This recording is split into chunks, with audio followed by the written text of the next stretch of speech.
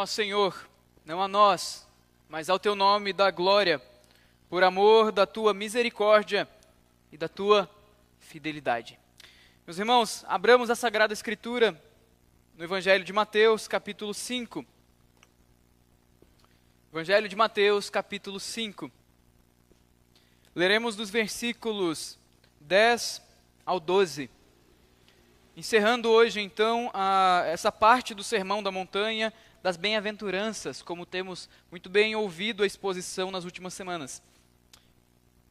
Mateus, capítulo 5, do 10 ao 12. Diz assim a Sagrada Escritura: Bem-aventurados os perseguidos por causa da justiça, porque deles é o reino dos céus. Bem-aventurados sois quando, por minha causa, vos injuriarem e vos perseguirem e, mentindo, disserem todo mal contra vós. Regozijai-vos e exultai, porque é grande o vosso galardão nos céus, pois assim perseguiram aos profetas que viveram antes de vós. Oremos uma vez mais. Senhor bendito, Deus Todo-Poderoso, reconhecemos, ó Deus, que somos falhos, que somos pecadores e que o nosso coração é completamente ignorante para conseguir compreender a Tua palavra. E a nossa natureza, ó Deus, desde que fomos nascidos, é contrária a Ti. Por natureza nós não temos desejo de Te ouvir e muito menos de Te obedecer, ó Deus. Por isso agradecemos pelo grande milagre da salvação, da iluminação do Teu Santo Espírito e também, ó Deus, pelo direcionamento que o Senhor nos dá para virmos a esta igreja, a nos reunirmos, a cultuarmos a Ti. E agora, Senhor Deus, nos reunirmos em volta da Tua palavra para ouvirmos o Senhor falar. Sabemos que o Senhor fala por meio da Sagrada Escritura e sabemos, ó Deus, que precisamos do Teu auxílio para ouvi-la e para vivermos aquilo que ouvimos. Por isso, ó Deus, tem misericórdia de nós. Apieda-te de nós, Senhor Deus. Santifica-nos pela verdade. A Tua palavra é a verdade. Em nome de Cristo é que oramos, agradecidos por este momento. Amém. No ano de 156 depois de Cristo, pouco depois do fim da era apostólica, um idoso chamado Policarpo, um discípulo de Cristo, que conheceu provavelmente alguns dos apóstolos até, com mais de 86 anos, pelo menos uns 90, mais de 90 anos, foi levado ao Procônsul em Roma.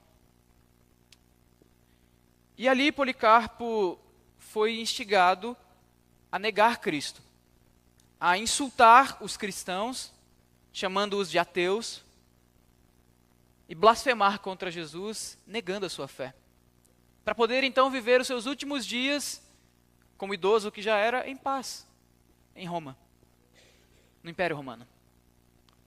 Quando ele foi ordenado que amaldiçoasse os ateus, no caso, aqueles que não acreditavam nos deuses do Império, que eram os cristãos, Policarpo levantou o dedo, apontou para todos aqueles que estavam em sua volta e disse: abaixo os ateus, falando sobre aqueles que não criam em Cristo.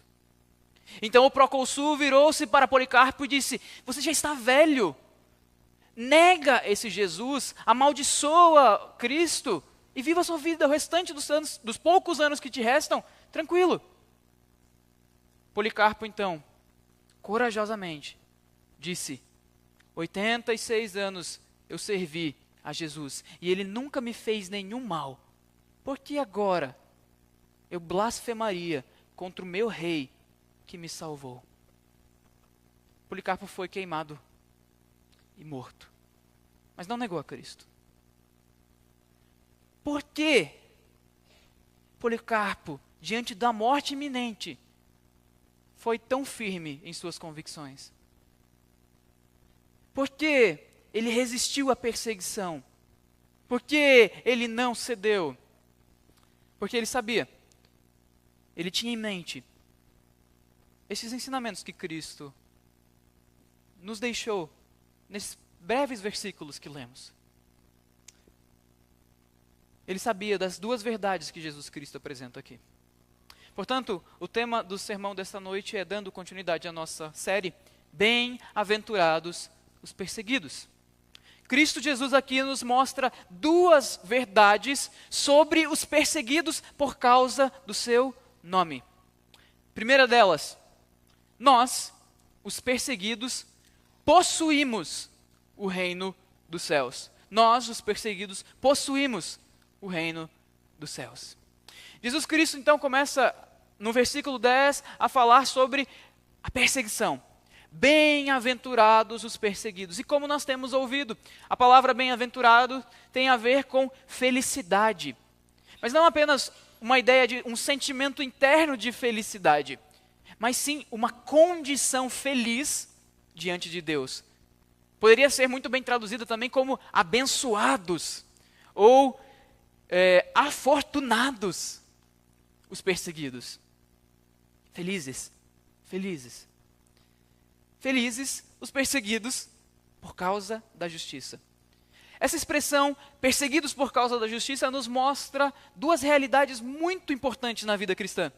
A primeira delas é sobre a realidade, eu diria até sobre a inevitabilidade da perseguição.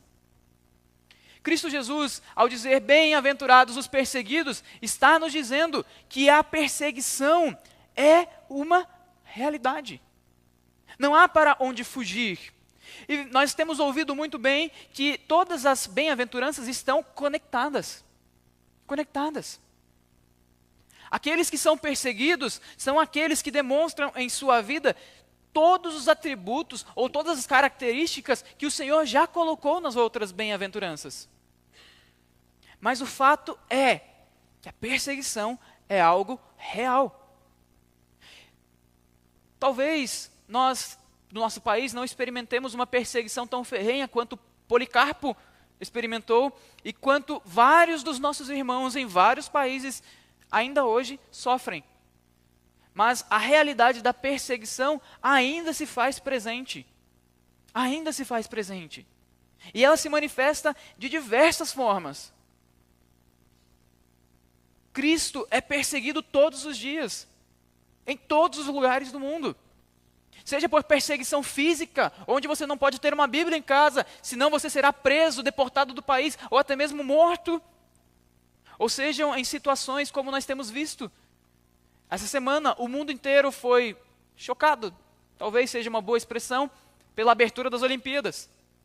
Nós vimos o quanto o nome de Cristo é insultado, o quanto os cristãos são colocados como tolos, como pessoas quadradas que não compreendem a realidade e são motivos de escárnio. Zombaram da nossa fé em Paris. Eu me recordo também de uma coisa que um professor do seminário, vez ou outra, comentava em sala de aula, sobre uma ovelha da igreja dele. Fez 18 anos, foi para a faculdade, e na primeira semana de aulas, ela estava cursando biologia. Ela entrou em uma das matérias, entrou em uma das salas para fazer a matéria, e o professor se apresentou, e a primeira coisa que ele perguntou foi: há alguém aqui que acredita que o mundo foi criado em 6 dias? Aquele rapaz levantou a mão. Pois então você pode sair da sala, porque aqui nós fazemos ciência e não mito. A perseguição é real. Nós somos tidos como os débeis desse mundo. Nós somos tidos como os ignorantes desse mundo. Nós somos tidos como a escória deste mundo. A perseguição é real. Mas vejam que Cristo não fala apenas da realidade da perseguição. Ele também diz sobre o motivo da perseguição. Bem-aventurados os perseguidos por causa da justiça. E que justiça é essa que Cristo está apresentando aqui a nós? Nós não devemos imaginar que é uma justiça diferente do que nós vemos no versículo 6, em uma das próprias bem-aventuranças. No versículo 6, o nosso Senhor diz: bem-aventurados os que têm fome e sede de justiça. Nós lembramos que justiça tem a ver com ser identificado com os padrões do reino de Cristo. Um padrão justo, um padrão que obedece à lei de Deus, um padrão que vive de forma completamente diferente do que esse mundo propõe a nós. É uma vida diferente, é um comportamento distinto, é um comportamento que não se parece com tudo aquilo que nós ouvimos, tudo aquilo que nós vemos. Não! É uma vida diferente. É ser justo, é ser correto, é seguir uma lei divina em um mundo injusto, incorreto e que quer abolir Deus de todas as suas esferas. Isso é ser justo, é se enquadrar nos valores do reino. Se enquadrar nos valores do reino. E qual é o problema da justiça para esse mundo? É que ela incomoda. Uma vida correta, uma vida aos pés do Senhor, uma vida que se dedica à santidade, uma vida que se dedica à piedade verdadeira, não apenas de boca para fora, incomoda. Incomoda muito. Porque é diferente. Porque acusa o pecado deste mundo. No século XVI e XVII, na Inglaterra, um grupo de cristãos ficou conhecido como puritanos. Nós ouvimos falar muito deles. E realmente eram homens santos.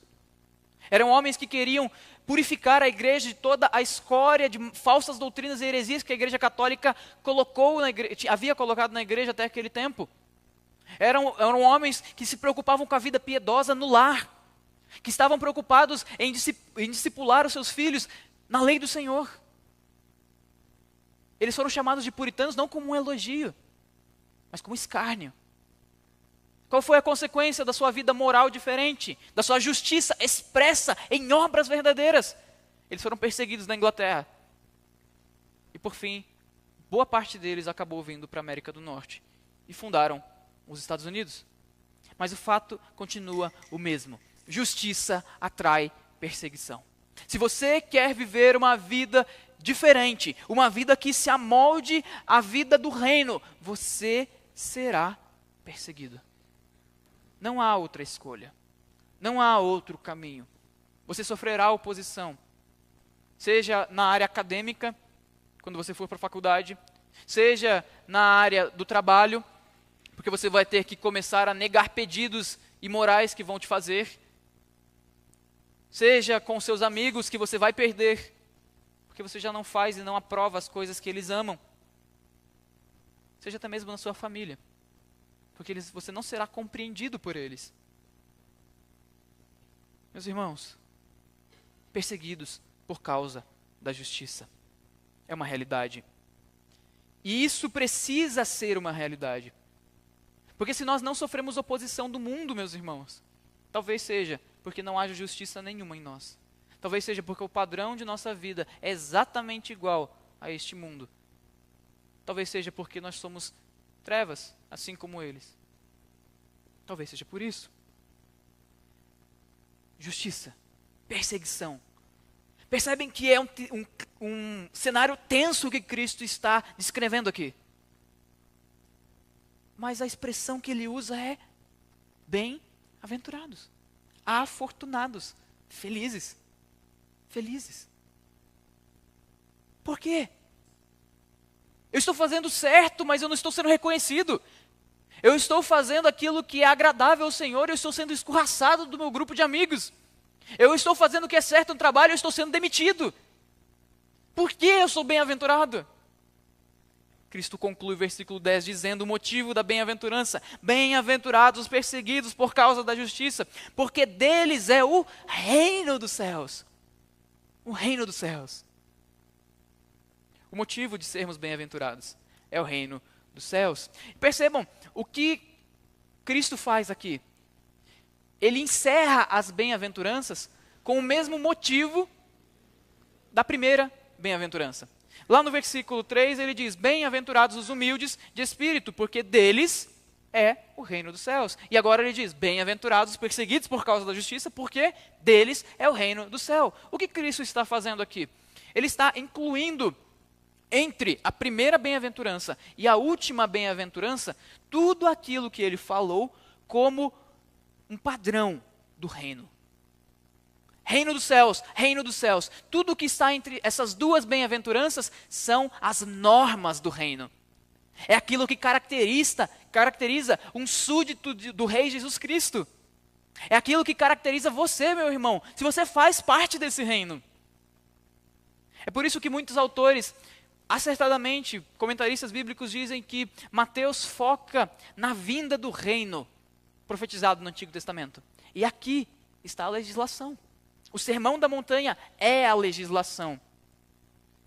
E as bem-aventuranças são o motivo do porquê fazer parte desse reino é algo tão maravilhoso. Tudo o que nós fazemos, toda a justiça que nós devotamos, todo o bom comportamento nós podemos dizer que tentamos ter, é porque somos membros do reino. Tudo tem a ver com o reino. E há duas realidades impressionantes aqui. A primeira delas é que o texto não diz, deles será o reino dos céus. Diz, é, hoje, presente, no agora. É o reino dos céus. E o que é o reino que Mateus fala tanto? Veja, meus irmãos, Adão e Eva foram criados como gerentes da criação de Deus. Eles foram colocados no jardim do Éden para dominar sobre a criação. Dominar é uma ação real. Eles eram membros da realeza.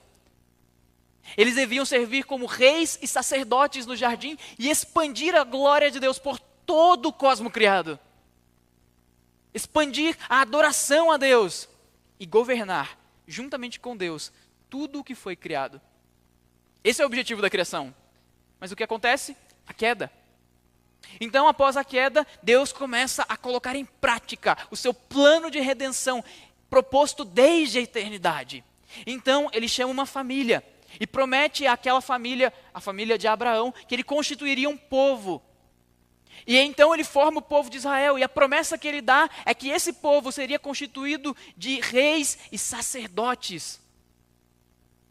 E no Novo Testamento, então, nós temos o cumprimento da vinda do grande rei que estabelece o reino, que é Jesus Cristo.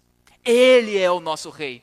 Então, quando Jesus Cristo encarna, quando ele nasce, começa a implantação do reino de Deus. E a obra de Jesus Cristo de viver de modo perfeito, ir para a cruz, por fim ressuscitar e ser assunto aos céus, é a implementação desse reino na nossa vida, no nosso mundo. E ele faz isso, salvando eu e você, colocando o reino de Deus dentro de nós e agindo por meio de nós como agentes desse reino. Isso é o reino de Deus. Cristo é o rei que hoje está sentado à destra do Pai e governa absoluto todo o universo. E você, meu irmão, faz parte desse reino. Você faz parte desse reino. Você é súdito do Rei Jesus. Você é protegido pelo nosso Senhor. E quando Cristo diz que nada pode parar a igreja, nada pode se opor à igreja, nem mesmo os portões do inferno, é porque o reino de Deus está avançando dentro de você, dentro de cada um que crê em Jesus Cristo. Você é súdito do rei. É por isso que bem-aventurados são os que são perseguidos, porque eles fazem parte do reino de Deus. Você já pertence ao reino de Deus. Mas você pode perguntar, eu não vejo esse domínio de Cristo no mundo. Como você pode dizer que Cristo está reinando se o mundo está tão mal, está tão perverso? O nome de Cristo está sendo insultado, ele não parece um rei assentado no trono, mas ele está. Nós vivemos em uma eterna expectativa. Nós já possuímos o reino, agora, hoje, nesse exato momento, mas ainda nós aguardamos a consumação do reino, a vinda do nosso rei em glória, naquele dia, onde toda a terra se encherá da glória de Deus. Nós estamos nesse ato, já pertencemos ao reino, já somos filhos do rei, já somos súditos dele, já trabalhamos por esse reino, ele já governa sobre todas as coisas, o valente Satanás já foi vencido, mas ainda não, ainda falta um pouco, mais um pouquinho, e esse reino se manifestará, mais um pouquinho, e a glória dele tomará todo o universo, e Cristo reinará glorioso a olhos vistos, e todo joelho se dobrará diante do nosso grande rei. Bem-aventurados sois vós quando sois perseguidos, porque é o reino das trevas que vos perseguem, mas ele já está vencido. O reino dos céus é nosso, porque Cristo o conquistou. E a pergunta que eu tenho a fazer a você é: a que reino você pertence? Satanás é chamado também de rei. Ele é o príncipe deste século. Não como Cristo. Ele não governa absoluto, mas é fato que ele governa sobre os filhos da perdição. Os filhos da perdição são chamados de filhos do diabo. Os filhos da perdição são chamados de escravos do diabo. A que reino você pertence? Se você serve a Satanás, se a sua vida não reflete essas bem-aventuranças que estão aqui, você não é bem-aventurado. Você é o contrário disso. Você não é abençoado, você é amaldiçoado. Se você não faz parte do reino de Deus, saiba que esse grande rei virá um dia. E para você, ele não virá com um sorriso no rosto. Ele virá com espada desembainhada. E você clamará aos montes que se joguem em cima de você e te escondam da ira do Cordeiro. Mas há esperança. Você pode fazer parte desse reino. Creia em Cristo. Viva para Ele. Seja perseguido pela justiça. Seja bem-aventurado. Nós, os perseguidos, possuímos hoje o reino dos céus. E a segunda verdade que complementa essa primeira é que nós, os perseguidos, possuiremos grande recompensa.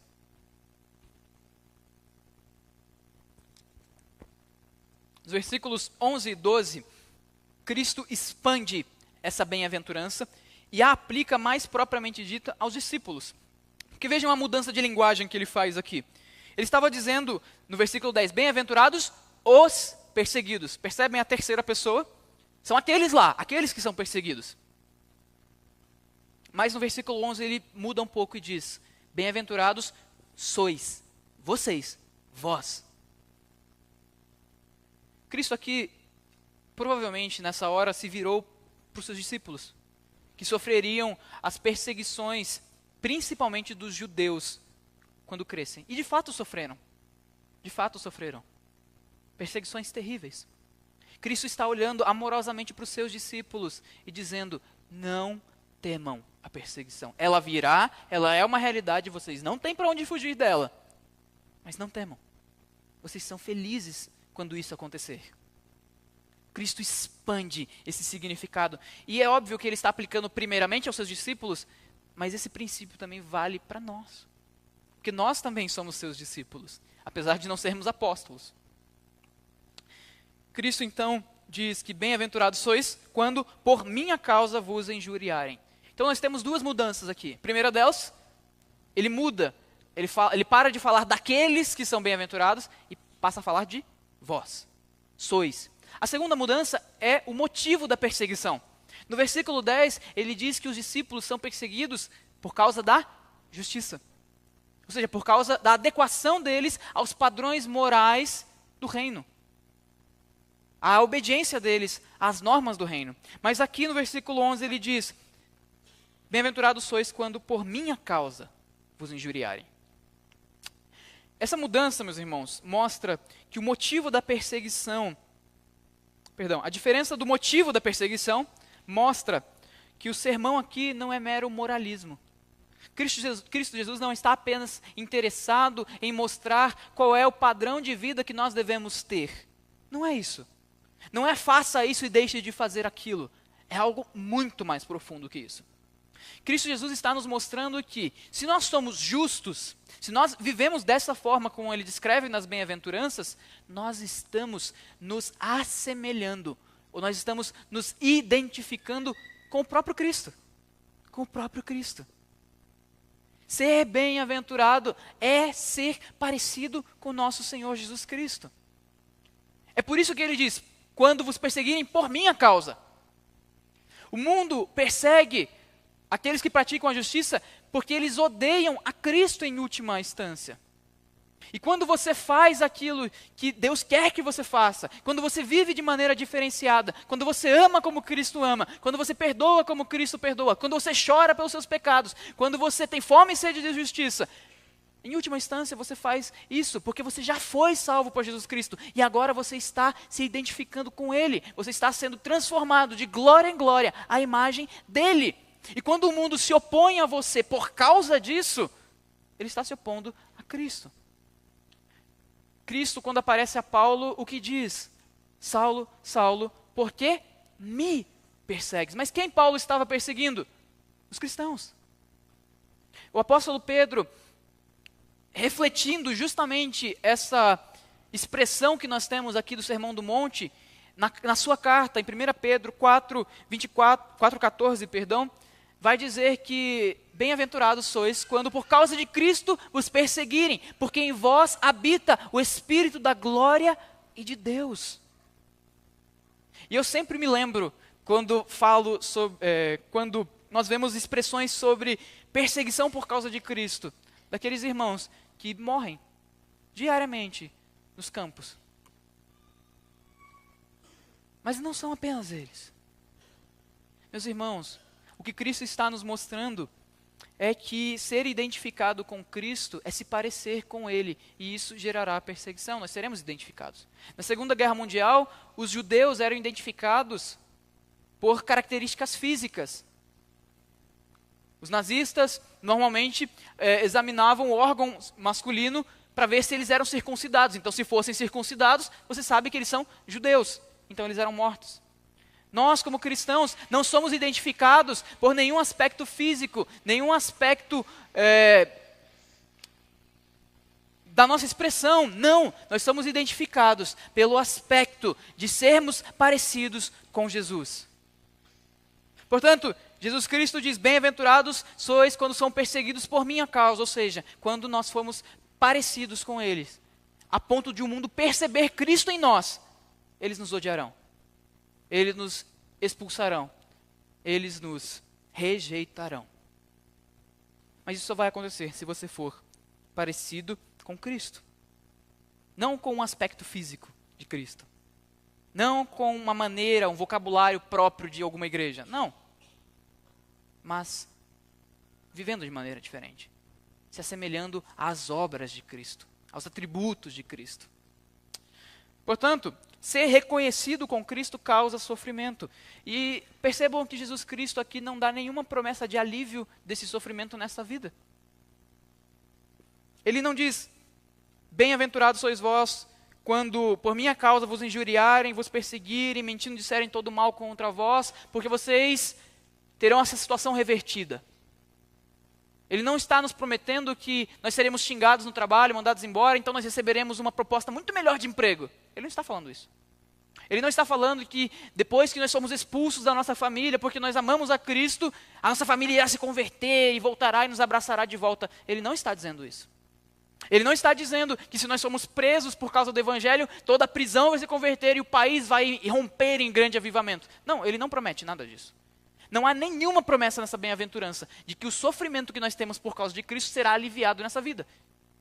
E nós vemos isso na vida dos apóstolos claramente. Quais dos apóstolos teve alívio da sua sentença de morte? Nenhum deles. João foi o único que não morreu por martírio. E foi porque ele sobreviveu ao martírio. A tradição diz que João foi fervido em óleo quente e milagrosamente sobreviveu. E aí ele morreu de velhice, em um resort de férias. Deus o honrou? Não. Na ilha de Patmos, em uma prisão. Nenhum deles foi restituído. Nós temos a impressão muitas vezes que ser perseguido por Cristo tem a sua recompensa nessa vida, mas muitas vezes não terá.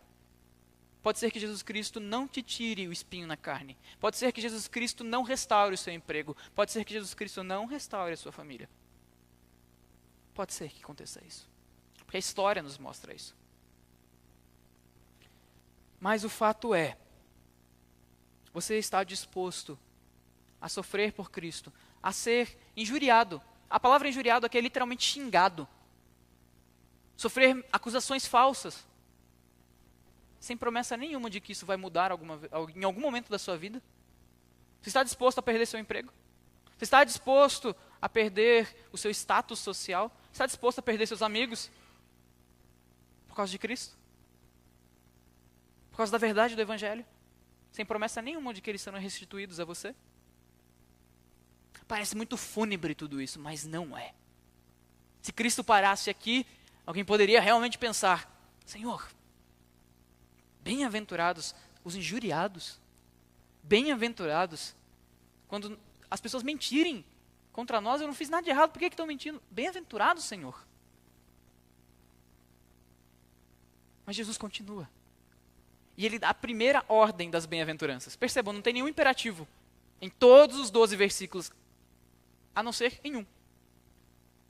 O versículo 12 diz: regozijai-vos e exultai, porque é grande o vosso galardão nos céus. Pois assim perseguiram aos profetas que viveram antes de vós. Há uma ordem, há um imperativo de se alegrar por causa de Jesus Cristo. De se alegrar quando alguém, por ver Jesus Cristo em você, mentir contra você e você perder o emprego. Quando alguém te injuriar e você for afastado de tudo que você ama por causa de Cristo. Há uma ordem: alegrem-se e regozijem-se. E há uma ênfase muito forte aqui que talvez o texto pudesse até mesmo ser traduzido como: alegrem-se e saltem de alegria. Não é uma alegria do tipo, ok, eu estou consolado. Não, é exultar, é vibrar realmente. Sabe quando o seu time, numa final de campeonato, faz aquele gol e você exulta, explode de alegria e emoção? É isso que o texto está mandando você fazer. É completamente anti-intuitivo. Porque quando você é insultado, a sua tendência é insultar de volta. E se você não insulta de volta, você fica remoendo aquilo dentro de você a semana toda. Mas a Escritura nos ensina que quando isso acontece com você, não porque você é um ladrão, como diz Pedro, não porque você é um devedor, não porque você é injusto, não porque você é um fofoqueiro, mas porque você está amando a Cristo, você deve explodir de alegria.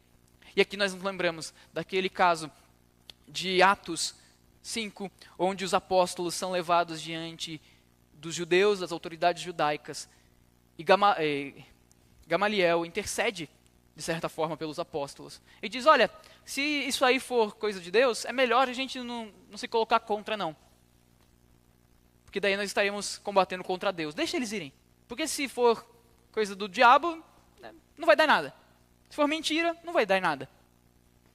E eles apanham, e o texto não diz que eles saíram de lá bolando um plano para se vingarem das autoridades judaicas porque tinham batido neles. O texto não diz que eles saíram de lá remoendo raiva contra aqueles que haviam esbofeteado o seu rosto e xingado eles de todas as formas. O que o texto nos diz? Que os apóstolos saíram dali exultantes porque foram achados dignos de sofrer por Jesus Cristo. Exultantes. Meus irmãos, quanto nos falta? Quanto nos falta? Nos falta muita coisa. Talvez nos falte coragem o bastante para falar de Jesus ao ponto de sermos achados dignos de sermos perseguidos, insultados, xingados. Talvez nos falte coragem de permanecer com os nossos princípios e não ceder a este mundo. Talvez nos falte coragem de acusar o pecado deste mundo. Talvez nos falte coragem de não ceder aos modismos que as igrejas têm enveredado para agradar pessoas. Talvez nos falte coragem. E mais ainda, talvez nos falte alegria quando por causa de Cristo nós somos injuriados e mentindo dizem todo mal contra nós. Será que nós exultamos? Qual é a sua reação quando você é insultado por causa de Cristo? Duas coisas podem acontecer. A primeira delas, você sofre o perigo de desanimar. Porque você está falando a verdade, está vivendo de maneira apropriada, mas as pessoas não estão ouvindo e ainda estão te prejudicando por causa disso. A sua família está te deixando de lado, não te convida mais para os almoços. Você pode desanimar e falar: é verdade. Eu acho que não vale tanto a pena assim. É verdade que eu estou sendo muito exagerado. Eu vou começar a abrir um espaço aqui. eu vou começar a ceder um pouco.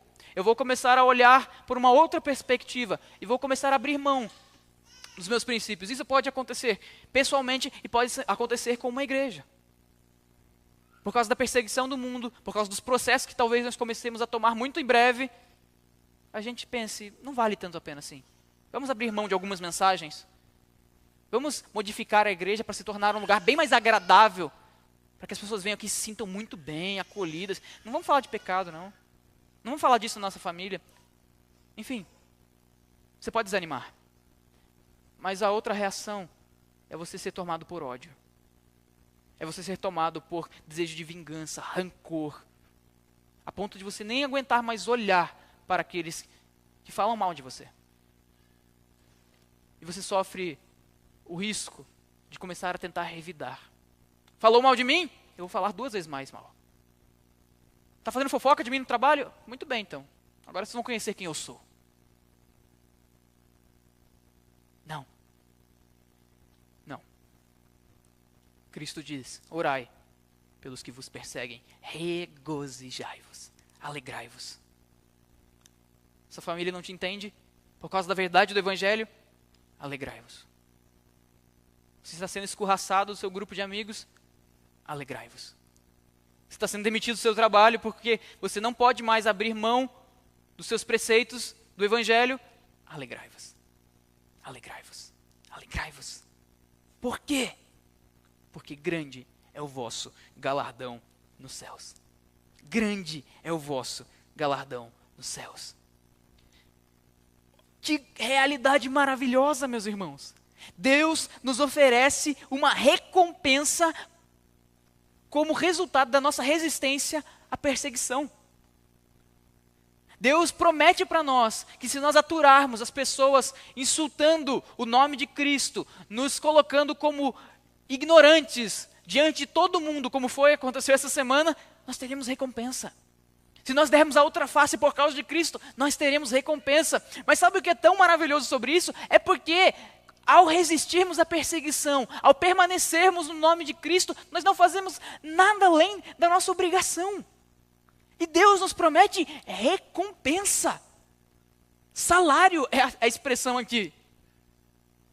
É como um pai que chega para um filho e diz assim, olha, se você hoje, essa semana, fizer todas as suas obrigações direitinho, sem faltar nenhum dia, no final de semana eu te levo para fazer um passeio, a gente vai comer alguma coisa, a gente vai visitar algum lugar legal, como recompensa pelo que você fez, durante toda a semana, pelo seu bom trabalho durante a semana. Mas veja, já é função do filho tirar o lixo, limpar a casa, ajudar nas tarefas, já é função dele. O pai não tem obrigação nenhuma de oferecer uma recompensa a mais. Ele já tem essa obrigação. Mas então ele se compromete e diz, se você fizer isso, você vai ganhar um presente. É nossa obrigação resistir à tentação. Olha o que Cristo fez por nós. Olha quem nós somos. Olha quanto ainda nós continuamos ofendendo o nosso Senhor. É nossa obrigação. O mínimo que nós podemos fazer é nos alegrar quando nos perseguem. Mas o Senhor, como um Pai bondoso, cheio de graça, Ele entra em aliança conosco. E de forma totalmente graciosa nos diz, olha filho, se você fizer tudo direitinho, se você permanecer pela graça que eu mesmo vou conceder a você, eu vou te recompensar ainda. É inimaginável. Nós não sabemos exatamente como funcionará o galardão no céu, mas é fato que algo muito maior nos aguarda. Nos aguarda.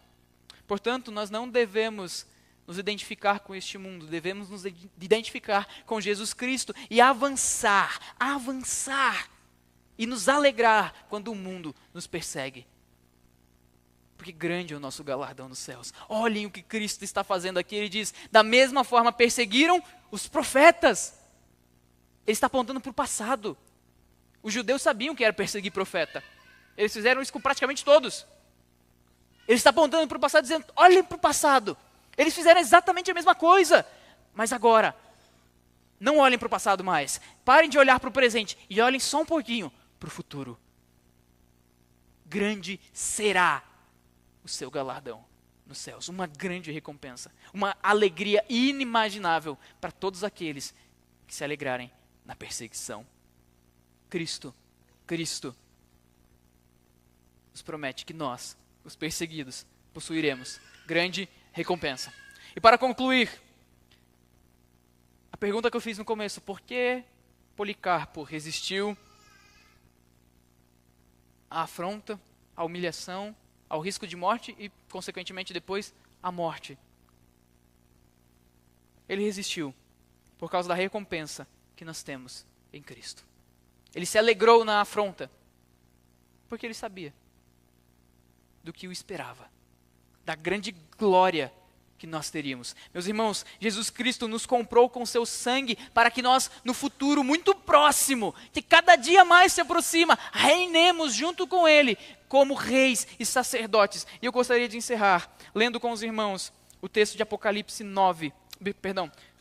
5, do 9 a 10. Apocalipse 5, do 9 a 10.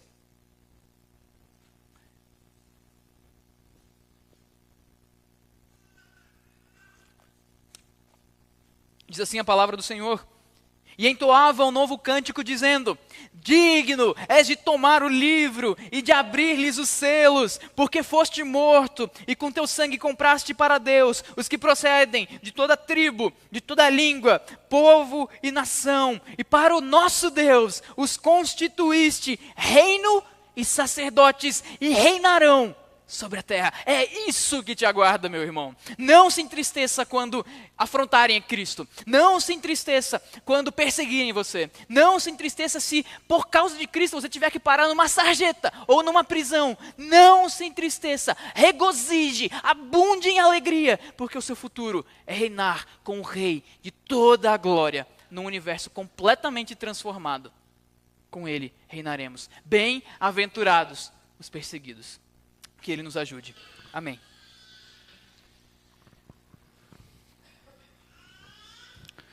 Meus irmãos, vamos orar nesse aspecto, porque aprendemos aqui hoje que se tivermos fidelidade, sofreremos hostilidade. A fé cristã tem sido atacada de forma mais veemente, e com o advento da internet a gente percebe isso de forma mais clara. Que Deus fortaleça a cada um de nós. Que esta palavra encontre guarida lá no recôndito da nossa alma e nos faça lembrar que melhor é obedecer a Cristo. A recompensa para aqueles que são fiéis. Vamos ficar em pé?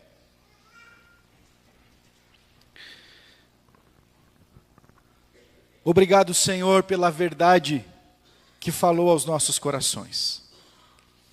Nós não conseguimos imaginar o que sofrem os nossos irmãos em localidades ou países que são contrários, hostis e perseguidores do Evangelho. Pedimos e suplicamos, ó Deus, que sustente este teu povo lá, que dê força e que essa igreja seja vívida, guardada por tua boa mão. Quanto a nós que temos o conforto e que por vezes deixamos de ser fiéis, firmes, dá-nos fidelidade, dá-nos inteireza, firmeza, e nos ensine diante da hostilidade deste mundo, que bem-aventurado é aquele que é perseguido por causa do Senhor. Há um galardão para nós, Senhor. Há uma recompensa aos santos. Como ouvimos aqui neste último texto de Apocalipse, haverá glória, louvor. É muito melhor ser recebido pelo Senhor, ouvindo: vinde bendito, vinde bendita. Que assim seja conosco, Senhor. Concede a nós que sejamos uma igreja fiel ao teu nome. Oh Deus, e nos dá firmeza diante da hostilidade do mundo. Acrescenta a nossa fé, quebranta o nosso coração e nos leva, Senhor, à obediência. Se algum irmão ou irmã tem sofrido aqui, ó bom Deus, guarda este coração, guarda esta vida, a sustente em fidelidade, a preserve diante da perseguição deste mundo. Para a glória de teu nome é que nós oramos. Amém.